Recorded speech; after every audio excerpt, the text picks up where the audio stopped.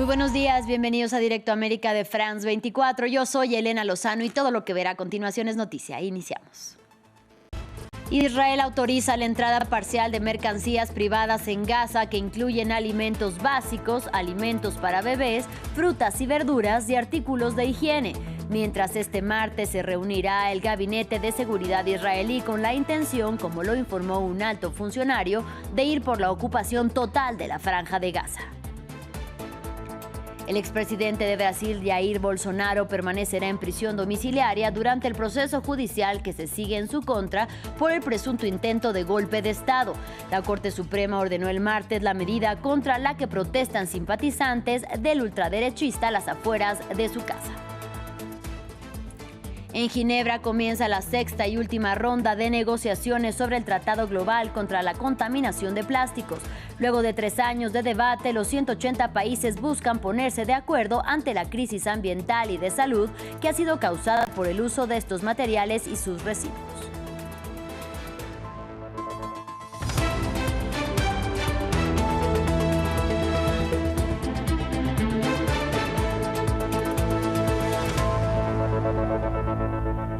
Iniciamos en la Franja de Gaza. Ante la presión internacional, Israel anunció la reapertura parcial de la entrada de mercancías privadas. Mientras tanto, hoy se reunirá el Gabinete de Seguridad israelí para decidir los pasos a seguir en el devastado enclave palestino que el primer ministro Benjamín Netanyahu tomaría control total tras 22 meses de ofensiva, según reportan medios israelíes. Y en Nueva York, el Consejo de Seguridad de las Naciones Unidas, en paralelo, sesionará para discutir la situación de los 49 rehenes que mantiene cautivos Hamás en la franja. Ampliamos a continuación.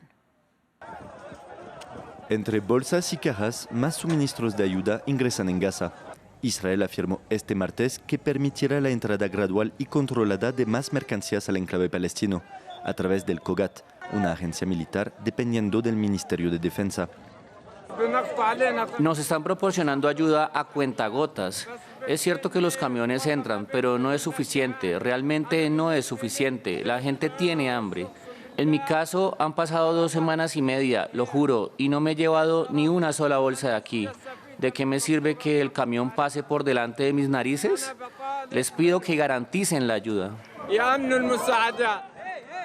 Las mercancías autorizadas incluyen alimentos básicos, alimentos para bebés, frutas y verduras y productos de higiene, al mismo tiempo que varios países lanzan más ayuda desde el aire. Mientras tanto, en Nueva York, el Consejo de Seguridad de Naciones Unidas se reúne este martes para debatir sobre la guerra en Gaza, una reunión convocada por Tel Aviv y centrada en los rehenes retenidos por Hamás, luego de que el grupo islamista difundiera durante el fin de semana unos videos de propaganda en los que se veía a 2 rehenes israelíes en estado de extrema delgadez.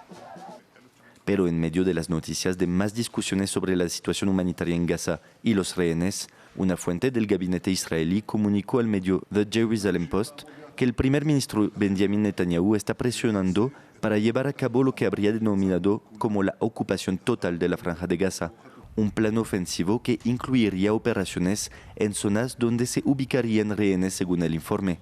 Se espera que el gabinete se reúna el martes para votar la propuesta, mientras que en el terreno la ofensiva continúa en Gaza. Pasamos a Brasil. El juez del Tribunal Supremo, Alexandre de Moraes, ordenó la prisión domiciliaria para Jair Bolsonaro.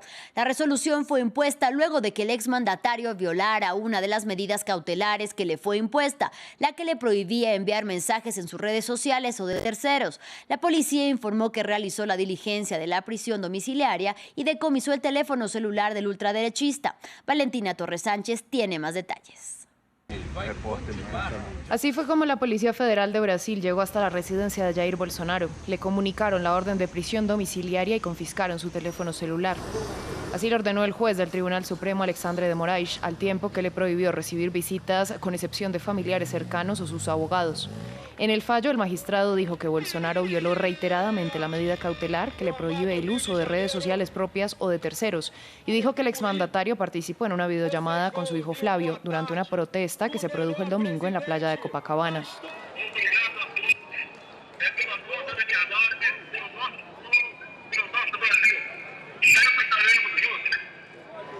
La orden del juez advierte que cualquier incumplimiento de las normas de arresto domiciliario o de las medidas cautelares hará que sea enviado a prisión preventiva. Todo esto en medio del juicio que enfrenta el exmandatario para determinar si tuvo o no vínculos con el presunto intento de golpe de Estado de 2023. Los hijos de Bolsonaro reaccionaron en redes sociales. Flávio, que es senador, está diciendo que Alexandre de Moraes, el juez que dio la orden, actúa fuera de la ley, que Brasil vive en una dictadura. Están jugando la carta del victimismo.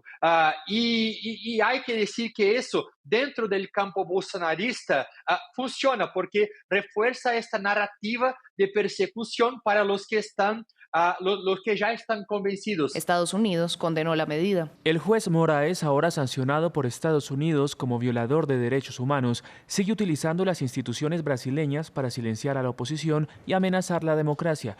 El proceso tiene a la justicia y al gobierno brasileño en la mira del ejecutivo de Donald Trump, que prevé imponer aranceles del 50% a los productos de Brasil el 6 de agosto. Analistas aseguran que esta nueva orden del juez del Supremo podría tensar aún más el ya complejo panorama. Y a las afueras de la casa del expresidente se congregan simpatizantes para protestar contra la medida de prisión domiciliaria que Jair Bolsonaro tendrá que cumplir mientras continúa el proceso judicial. Desde Río de Janeiro, nuestra corresponsal Valeria Zacone nos habló acerca de la petición que le hacen a Estados Unidos precisamente los partidarios de Bolsonaro. Bueno, Estados Unidos por lo pronto ya ha condenado la prisión de Bolsonaro tanto en inglés como en portugués y ha pedido que le dejen hablar. Y hemos visto que en las redes sociales los bolsonaristas están pidiendo un SOS a Estados Unidos, quieren más sanciones, apoyan la idea de que Estados Unidos intervenga de forma más directa dentro de la política interna de Brasil. La semana pasada vimos la aplicación de la ley Magnitsky contra el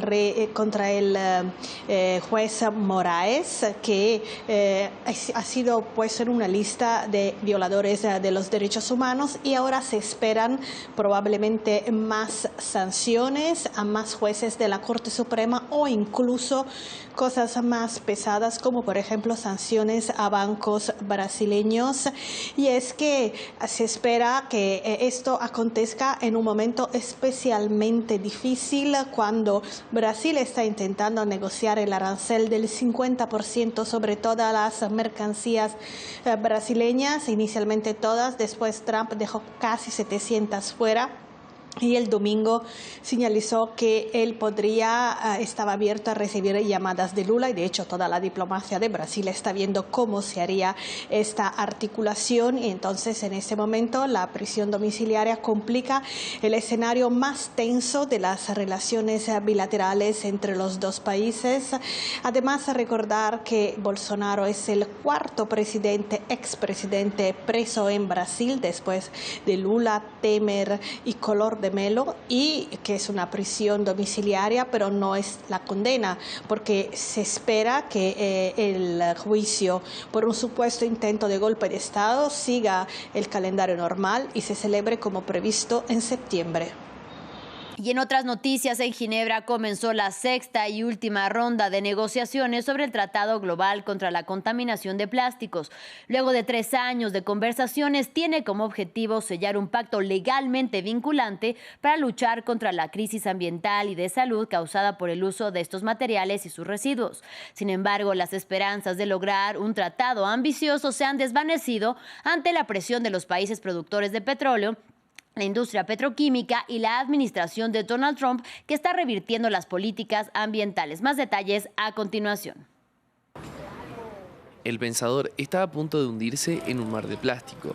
Esta réplica de la obra maestra de August Rodin se instaló en el exterior de un recinto de la ONU, mientras más de 1000 delegados se congregan en Ginebra para negociar el primer acuerdo internacional para combatir la contaminación plástica. Durante los próximos 10 días iremos añadiendo poco a poco más plástico a esta instalación artística para mostrar el creciente costo que se transmite a las generaciones futuras si no actuamos urgentemente ahora mismo. Cada año se producen más de 460 toneladas de plástico, de las cuales se estima que 20 millones terminan contaminando el medio ambiente. Para 2060 se prevé que los residuos plásticos mundiales se tripliquen hasta alcanzar las 1.700 millones de toneladas, según investigadores. 5 rondas de negociaciones previas no lograron ofrecer una vía para limitar la producción de plástico, y y la ronda final de negociaciones se enfrentará a dificultades, ya que busca sellar un tratado global legalmente vinculante. Según informes, estados petroleros como Arabia Saudita y Rusia planean impulsar medidas voluntarias y nacionales. Hay un bloque minoritario de países que tienen mucha influencia y que intentan descarrilar este tipo de negociaciones. Y una de las tácticas es cuestionar los fundamentos.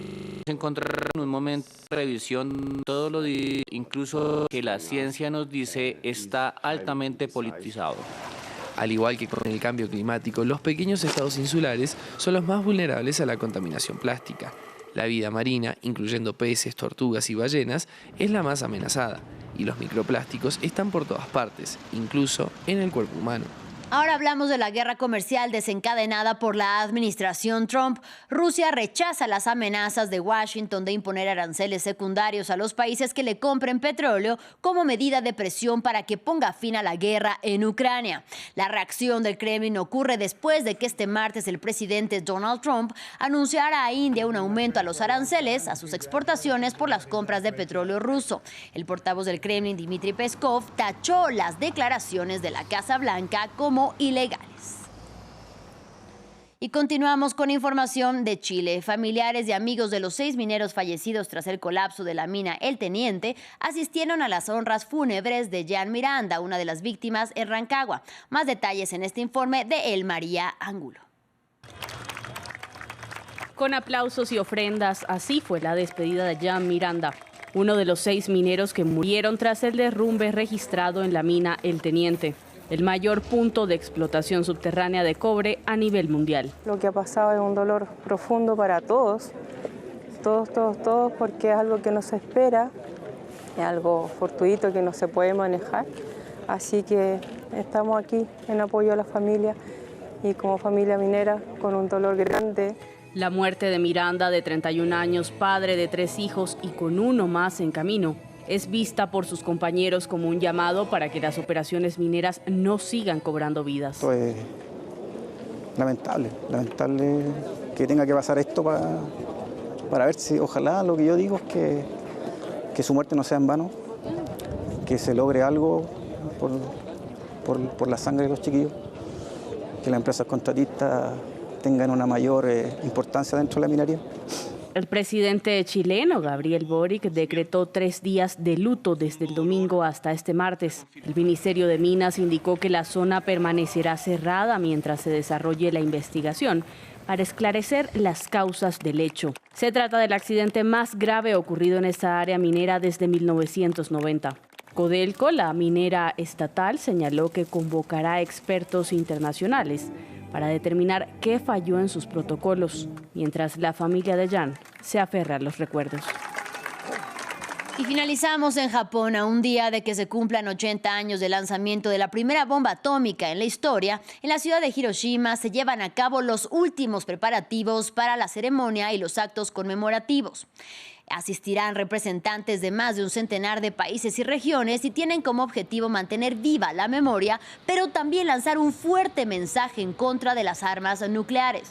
El Parque de la Paz será el escenario del evento central, al que lo acompañarán otros actos como conferencias a favor de la paz, un maratón, el encendido de faroles en el río Motoyasu y un concierto. Escuchemos a Howard Kaita, sobreviviente de la bomba atómica, quien habló con France 24. Mi hijo mayor tenía 5 años cuando le diagnosticaron cáncer. Después del diagnóstico falleció. Murió 6 meses después. A esa edad tan temprana el cáncer se había diseminado ampliamente. Eso fue en los años 60 y las terapias disponibles eran radiación, quimioterapia y estaban experimentando con varios tratamientos. Él tenía lo que llamaban un tumor de Wilms. Fue sin duda el periodo más devastador de mi vida. La pregunta que aún permanece es, ¿y si el cáncer fue causado por el hecho de que mis genes estaban alterados por la radiación? Aunque los médicos me aseguraron que probablemente no había relación, ese pensamiento sigue rondando en mi mente. Hay una agitación mental que yo y otros hibakusha vivimos. Y además está el estigma que implica ser hibakusha en Japón. Algo que sigue siendo muy fuerte. Tal vez esa sea la lucha más grande, el aspecto mental. Fin del informativo. Gracias por su compañía. Hasta la próxima.